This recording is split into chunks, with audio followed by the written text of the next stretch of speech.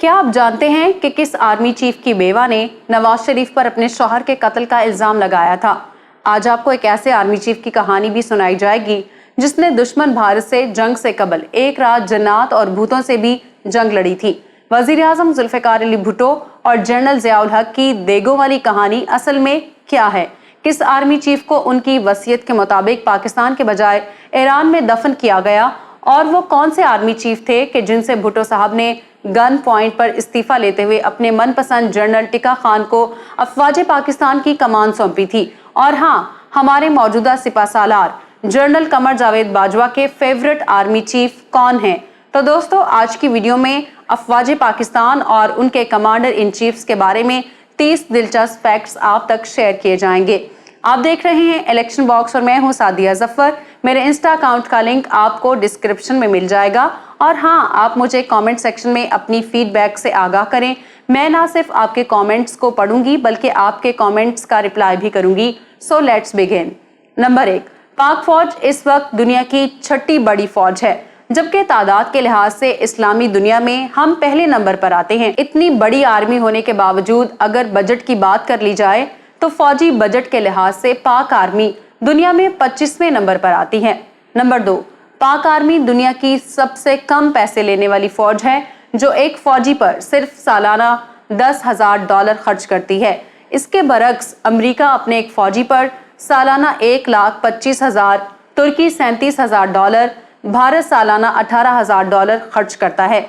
Number 3, पाक army दुनिया की वो वाहिद आर्मी है जिसमें खुदकुशी की शरह 0% है, जबकि हमसाया मुल्क भारत में आए रोज कोई ना कोई फौजी खुदकुशी कर रहा होता है। नंबर 4, पाक आर्मी इस्लामी दुनिया की वो इकलौती फौज है जिसके पास न्यूक्लियर वेपन्स हैं।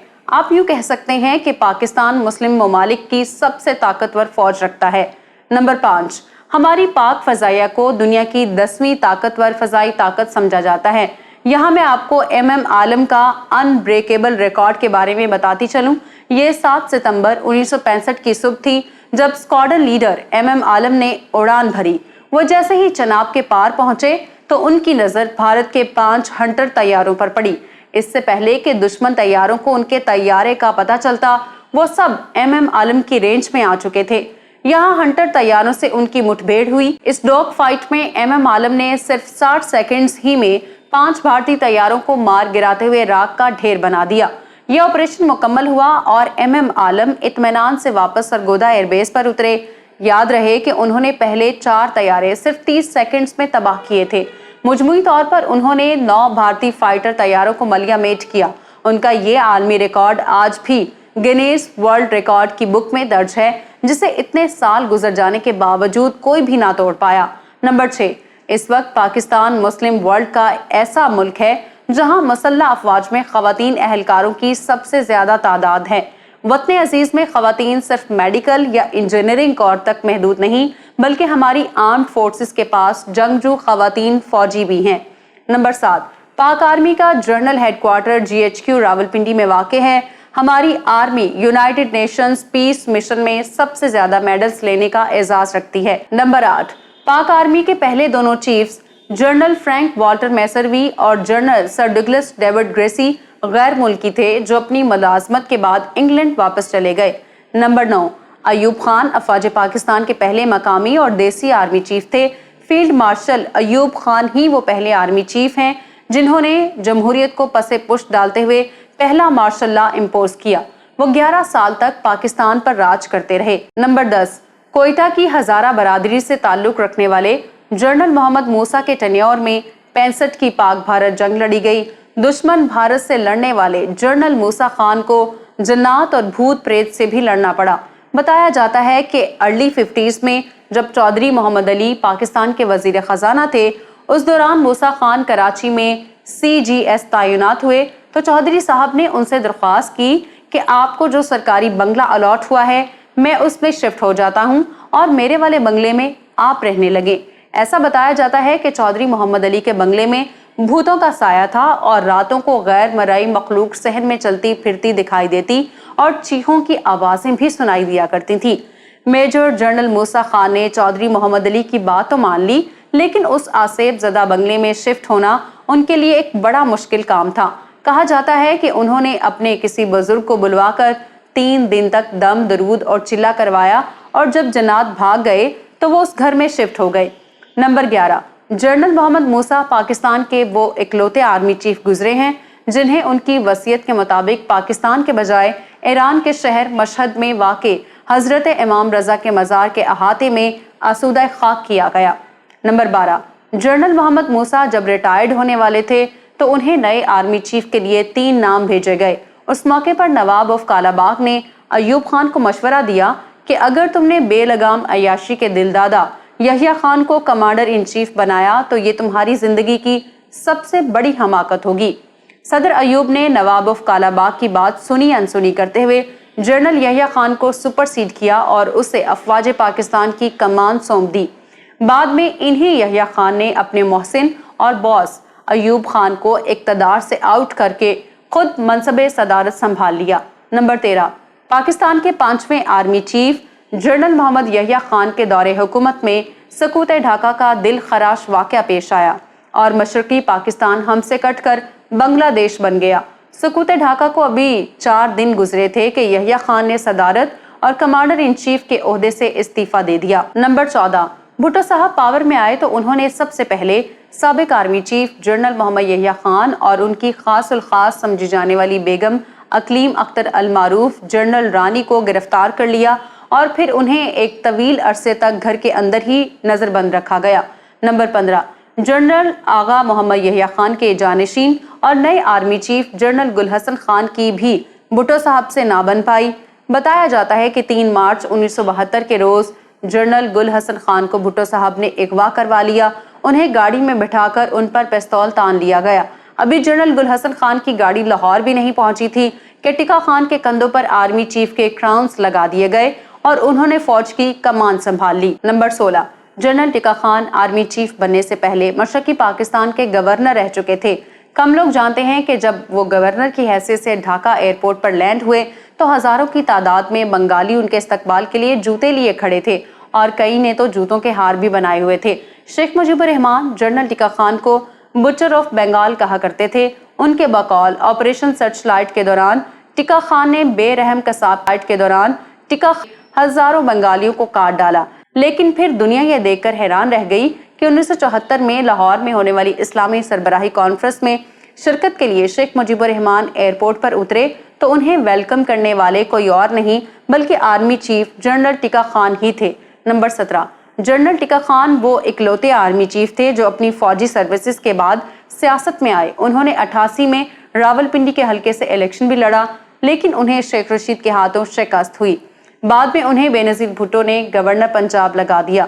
نمبر 18، جنرل ٹکا خان چونکہ ضیاء الحق کو ڈل کہا کرتے تھے اور ان کا خیال تھا چونکہ ضیاء ایک مذہبی شخص ہے اور ساری رات مسلح پر پڑا رہتا ہے لہٰذا وہ بھٹو صاحب کے لیے کوئی پرابلم کریٹ نہیں کرے گا۔ یہی وجہ تھی کہ مسٹر بھٹو نے جنرل ٹکا خان کی سفارش پر ضیاء الحق کو 7 سینئر جنرلز پر فوقیت دیتے ہوئے 1 مارچ 1976 کے روز آرمی چیف بنا دیا، لیکن اگلے ہی برس جنرل ضیاء نے بھٹو حکومت کا خاتمہ کرتے ہوئے مارشل لا امپوز کر دیا۔ نمبر 19، مارشل لائی دور میں حبیب جالب ایسے شاعر تھے جنہوں نے سب سے زیادہ مارے کھائیں۔ انہوں نے ایوب خان کے مارشل لا کو چیلنج کرتے ہوئے اپنی شہرائے آفاق نظم دستور لکھی۔ ایسے دستور کو صبح بے نور کو میں نہیں مانتا میں نہیں جانتا۔ عوامی شاعر کہلائے جانے والے حبیب جالب جنرل ضیاء الحق کے بڑے ناقد تھے۔ جنرل ضیاء کے لیے انہوں نے یہ نظم تحریر کی: ظلمت کو ضیاء سرسر کو صبا، بندے کو خدا کیا لکھنا، پتھر کو گوہر دیوار کو در، کرگس کو ہما کیا لکھنا، ایک حشر بپا ہے گھر میں، دم گھٹتا ہے گنبد بے در میں، ایک شخص کے ہاتھوں مدت سے رسوا ہے وطن دنیا بھر میں، ابلیس نما انسانوں کی اے دوست ثنا کیا لکھنا، ظلمت کو ضیاء سرسر کو صبا، بندے کو خدا کیا لکھنا۔ یہ نظم پڑھنے کی دیر تھی کہ حبیب جالب کو پولیس نے گرفتار کر لیا۔ نمبر 20، روزنامہ امروز ملتان کے ایڈیٹر مسعود اشر بتاتے تھے کہ ابھی جنرل ضیاء الحق ملتان کے کور کمانڈر تھے۔ ایک رات وزیر اعظم بھٹو ملتان میں ٹھہرے تھے۔ چونکہ بھٹو بہت کم سویا کرتے تھے، رات کے 2 بجے کے قریب برآمدے میں کسی کے چلنے کی آواز سن کر باہر نکلے تو دیکھا کہ ملتان کا کور کمانڈر ضیاء الحق برآمدے میں چوکیدار بنا گھوم رہا ہے۔ भुट्टो ने वजह पूछी तो बड़े खुशामदी लहजे में कहने लगे कि इसलिए जाग रहा हूँ कि शायद आपको किसी चीज की जरूरत हो। और फिर अगली शाम को वही ज़ियाउल हक देगों के ढक्कन उठा उठाकर मिस्टर भुट्टो के लिए खाना चेक करते रहे। नंबर 21, पीपल्स पार्टी के बानी रहनुमा डॉक्टर मुबशर हसन बताते थे कि prime minister Bhutto coffee P रहे थे कि अचानक कॉफी उनके जूतों पर गिर गई। ऐसे में chief of army staff general Ziaul हक ने अपना रुमाल निकालकर भुट्टो साहब के जूतों से कॉफी साफ की। नंबर 22, जनरल मोहम्मद ज़ियाउल हक 17 अगस्त 1988 को बहावलपुर के नजदीक तैयारे हादसे में जाँ बहक हुए। उनका जनाजा पाकिस्तानी तारीख के बड़े जनाजों में से एक था, जहां लाखों अफराद ने उन्हें अलविदा कहा और वो फैसल मस्जिद इस्लामाबाद के अहाते में सपुर्द खाक किए गए।